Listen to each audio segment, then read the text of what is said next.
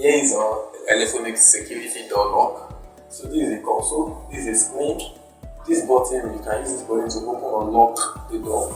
This is just an indicator. This is a motion sensor. This is a camera here, and this is a flash, and this is the lock.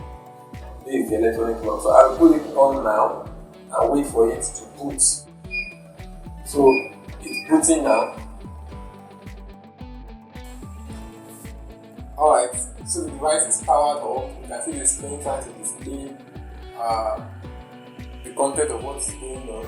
Now, why is the screen displaying? Is because the motion sensor is detecting motion, and that's why the flash is also on, but the door is not opened because there is no recognized face. So let me go ahead and point my face towards the camera. Alright, let's do this. Yeah, I know it. So I'll do that one more time.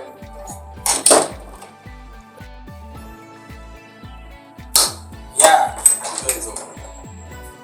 However, this is not the only way to open the door. There are other ways. This is a button here. Once I press this button, it opens the door. So maybe you are inside and someone is outside. You don't need, and the person maybe is a visitor. The person is not enrolled into your security. You can just come press the button.